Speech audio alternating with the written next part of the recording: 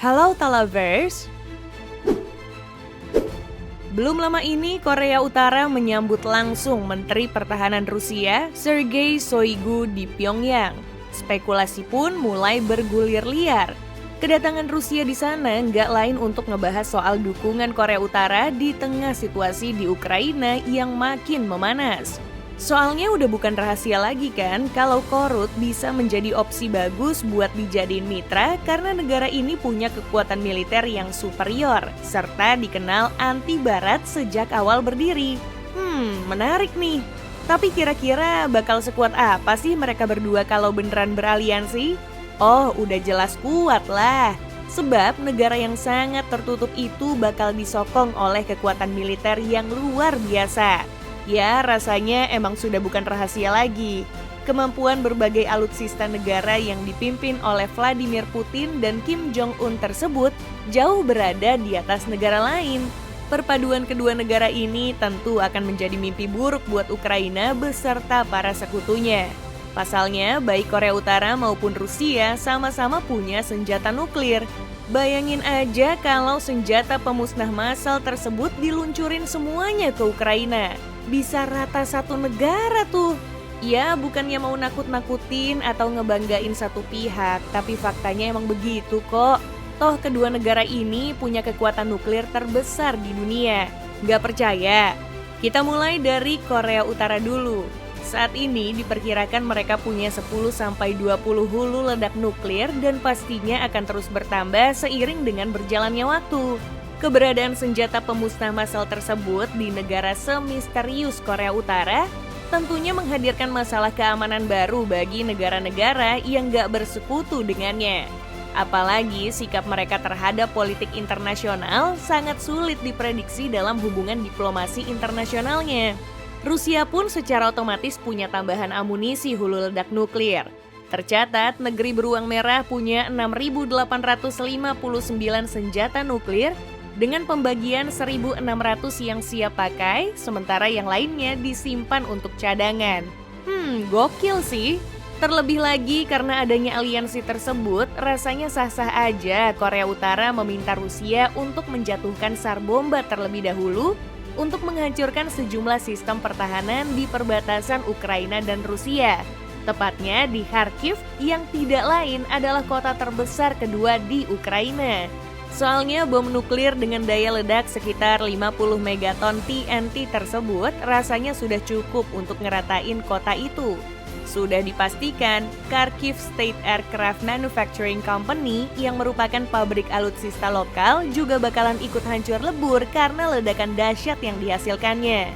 Ya, kalau udah kayak gitu jangan harap lagi ya adanya pasokan pesawat baru buat digunakan oleh Ukraina. Tapi ada yang lebih mengerikan dari itu sih. Ibarat sedang bermimpi buruk dua kali, Kharkiv pun disulap menjadi Chernobyl Jilid 2 yang hingga saat ini tetap menjadi kota mati yang ditinggalkan tanpa penduduk setelah dihantam ledakan nuklir pada tahun 1986 lalu. Nah, kalau udah beres memporak-porandakan wilayah perbatasan, Korea Utara tentu bakalan dengan mudah untuk menurunkan pasukan daratnya yang jumlahnya sangat-sangat banyak. Selain bakalan ditambah dengan 800.000 orang warganya yang secara sukarela bakalan masuk wajib militer, saat ini Korea Utara sudah punya 1,2 juta personel aktif dan 600.000 personel cadangan. Gak cuman prajurit aja yang nyerang, melainkan bakal disokong juga oleh sejumlah main battle tank T-72 untuk dipakai nyerang melalui jalur darat. Tank itu pun terbilang yang terbaik di dunia saat ini. Sebab dibekali sistem peluncur TOS-1 yang dapat melontarkan bom termobarik yang sangat mematikan karena bisa menciptakan ledakan bersuhu tinggi. Kasarnya ya, sekali tembak doang, bangunan-bangunan yang ada di daerah perbatasan tadi disulap seketika menjadi debu. Bisa kita prediksi pula untuk menemani tank milik Rusia tersebut, Korea Utara bakal nurunin Chonma-ho Tank yang pertama kali diperkenalkan pada tahun 1992. MBT itu sendiri adalah produksi asli Korea Utara meski tampak sekilas sangat mirip dengan T-62 milik Rusia.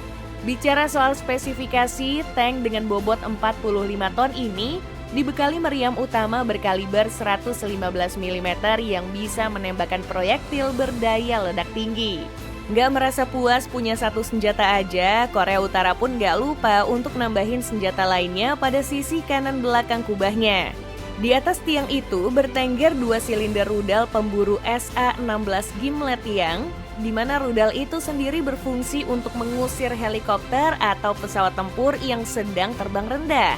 Selain itu masih ada lagi 5.000 artileri otomatis, 5.000 artileri manual, dan 2.920 artileri roket yang siap untuk diturunkan demi menghancurkan Ukraina. Wah, rasanya pengen bilang ke Ukraina udah deh, nyerah aja. Apalagi itu baru ngomongin soal serangan darat ya. Zelensky udah dibuat keringat dingin ngelihat kota di perbatasan miliknya hancur lebur. Belum kalau alutsista lain milik Korea Utara juga ikut diturunin. Apalagi yang diluncurkan adalah rudal balistik Hwasong 17. Bukan suatu yang gak mungkin kalau Kiev yang gak lain adalah pusat pemerintahan dari Ukraina bakalan disapu bersih. Gimana enggak? Kemampuan rudal balistik antar benua tersebut punya daya jangkau hingga 15.000 km. Jadi Kim Jong-un gak usah repot-repot mindahin rudalnya tersebut ke dekat Ukraina untuk menyerang. Sebab jarak antar kedua negara hanya terpisah 7.186 km.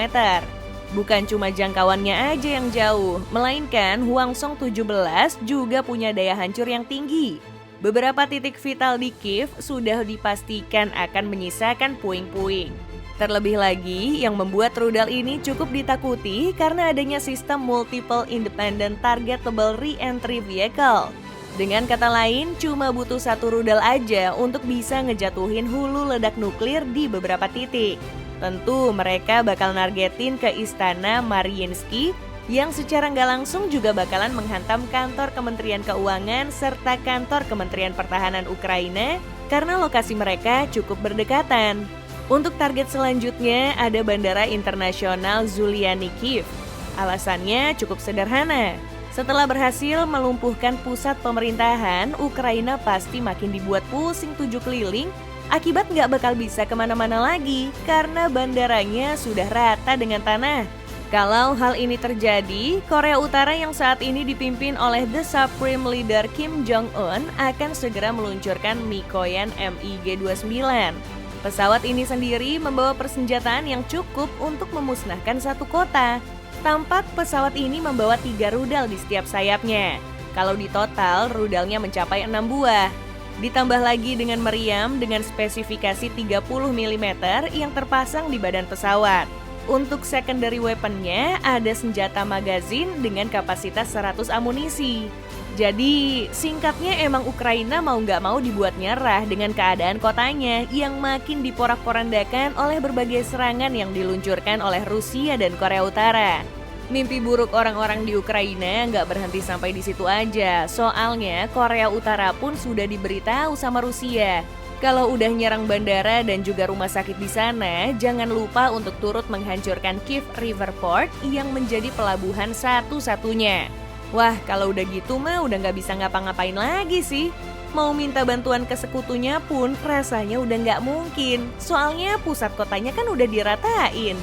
Dan semuanya pun semakin mudah bagi Rusia untuk segera mengambil alih Ukraina. Sebab nggak lama setelah pelabuhan itu hancur, Korea Utara langsung gercep semua alutsista laut miliknya berupa 1 unit fregat, 4 unit korvet, 35 unit kapal selam, 169 unit kapal patroli, dan 1 unit kapal penyapu ranjau miliknya untuk segera menyapu bersih sisa-sisa armada laut yang dimiliki oleh Ukraina.